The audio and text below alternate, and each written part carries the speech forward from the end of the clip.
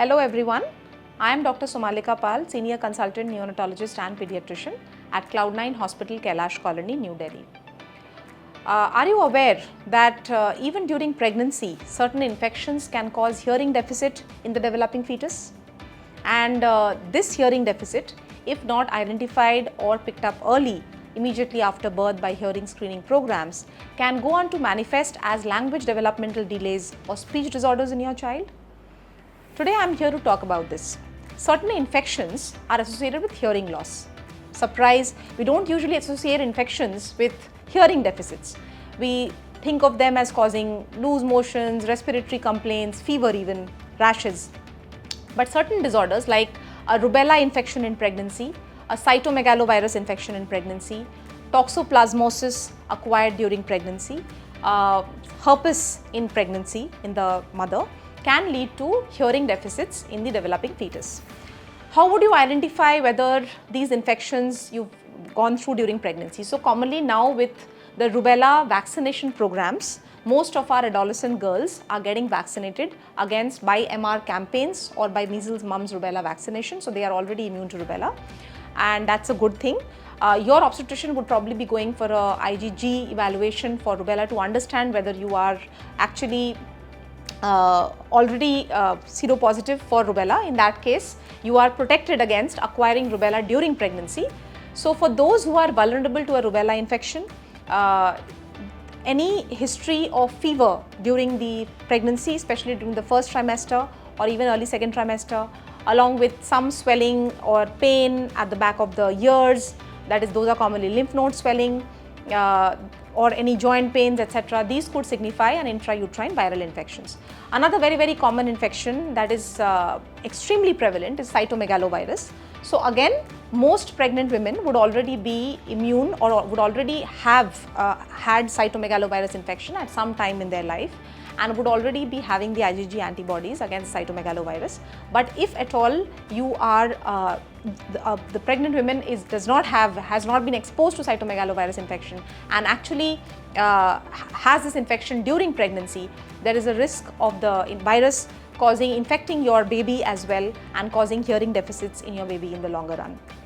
Similarly, certain other infections like toxoplasma, which can be acquired by contaminated soil or feces, especially if you have pet animals, pet cats, etc. around, or litter boxes, handling litter boxes. So in such cases, again, if there's a history of fever or any kind of infection during pregnancy, there's a risk of the fetus getting infected, baby getting infected in the womb itself and manifesting with hearing losses later in life. So infections are a portion, one of the causes of hearing losses, congenital hearing loss or hearing loss at birth. The bulk of these cases are constituted by genetic causes of hearing losses, including malformations of the external, including formational embryological, that is the malformations of the external ear canal. So hearing screening programs immediately after birth are extremely important for identifying these losses. Many of these infectious causes would actually manifest with delayed hearing loss as well. So if as parents, one is able to appreciate some kind of concerns in terms of vocalization or language development in our child, we should immediately bring it to the notice of the treating pediatrician or the doctor, so that if required, a hearing screening or a hearing evaluation can be undertaken even later. In the postnatal life, that is after birth, also certain infections, if the baby has after birth, these can manifest with hearing losses later in life. The most common or notable among these again is a cytomegalovirus, which is one of the most common acquired causes of hearing loss among babies. So cytomegalovirus infection, like I said, it's a ubiquitous virus. It's extremely common. More than 90% of the population would actually be showing on a test having a past history or prevalence of cytomegalovirus, and not everyone would develop a hearing loss. But because of the sheer prevalence of the disease of the virus, it is extremely likely that a cytomegalovirus infection can lead to hearing losses later. Although acquired causes of cytomegalovirus in less likely cases can cause hearing losses. So again, it remains. So again, if you have concerns regarding the hearing or the language development in your child, you should speak to your pediatrician so that a hearing screening evaluation can be undertaken.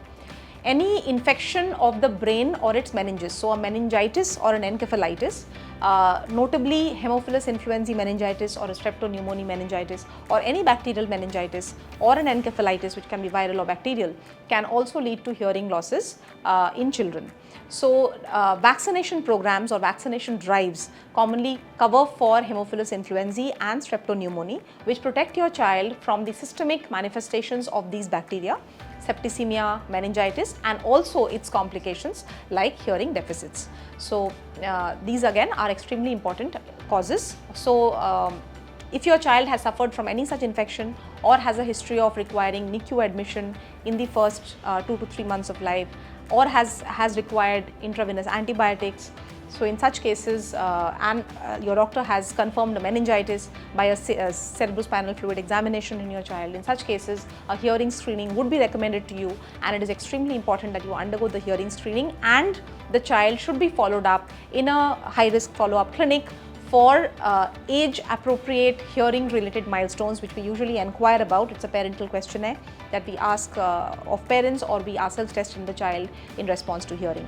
But as parents, if you have any such concerns, you should be forthcoming about it and get a hearing screening at the earliest, because early diagnosis of these disorders are always beneficial, because early interventions can be appropriately planned depending on what the cause of such a hearing disorder is, and early intervention programs in a developing brain are extremely important, because if we can correct, if the child can start hearing well, all these language and development issues, speech issues can be addressed pretty early before they have set in. So, that is extremely important, and one should bear this in mind. Thank you.